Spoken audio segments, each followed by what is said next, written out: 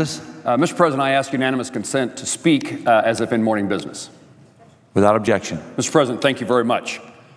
For 3 weeks, we've seen the fighting going on in Israel and the Gaza Strip, carried on between the Israeli military and Hamas. In both Gaza and Israel, lives, unfortunately, are being lost. Homes are destroyed, families are devastated, security is threatened, and daily life is polluted by this war. Since the fighting began, Hamas has made it abundantly clear that it is unwilling to behave in any responsible manner. The organization is using civilian areas such as schools and hospitals, mosques, and playgrounds as rocket launching sites. Caches of rockets have been discovered inside 2 Gaza schools sponsored by the United Nations. A chance for peace emerged when Egypt put forward a ceasefire plan that Israel agreed to. Hamas refused to cease hostilities.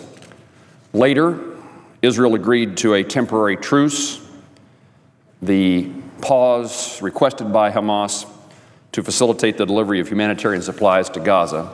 And despite Israeli cooperation, Hamas quickly violated the ceasefire, resuming rocket launches into Israeli territory. Hamas action seeks to kill and terrorize those across the Israeli border, while they also do great harm to the people of Gaza. Ending the rocket attacks would hasten the end to the current violence and the bloodshed that has taken a disproportionate toll on Gazan lives. On July the 17th, the Senate unanimously passed a resolution to express American support for Israel's self-defense efforts and called for an immediate cessation of Hamas's efforts against Israel. Senate Resolution 498 also serves as a reminder to anyone ascribing legitimacy to Hamas's deadly aggression toward Israel.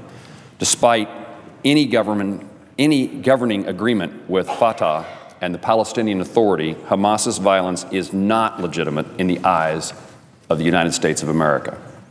Since 1997, Hamas has been included on the U.S. State Department's list of designated foreign terrorist organizations. The group's ongoing attack on civilian targets further justify this designation.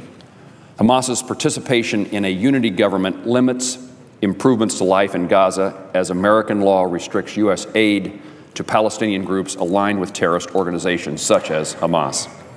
Gaza's poor economic condition, the state that it's in, cited by Hamas as justification for their attacks on Israel, has not at all improved by Hamas's belligerence.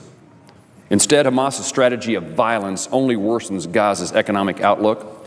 Hamas's actions compound the consequences of funding weapons and smuggling tunnels rather than investing in the future of Gaza and its people. The point being that what Hamas is doing is damaging to the people of not only Israel, but to the folks who live in Gaza. This reality begs observers to question Hamas's commitment to the people it supposedly represents. Since the beginning of the current conflict, Hamas's commitment to violence against Israel appears to be their primary mission, not the care and well-being of their people. Unless cessation of the hostilities becomes Hamas's priority, Israel will retain and must retain its right to defend its people, and the welfare of those living in Gaza will regretfully continue to deteriorate. Americans would not tolerate, we would not, our constituents would be insistent that we not tolerate the threat of terrorism that Israel faces on a daily basis. Since 1947, attacks from its neighboring Arab states have repeatedly forced Israel to defend its people. This Senate has and will continue to demonstrate that the United States of America stands with Israel, especially during these turbulent times as Israel takes necessary action to reduce Hamas's means of terror, to disarm those who stand firmly in the way of real and lasting peace. Mr. President, I yield the floor.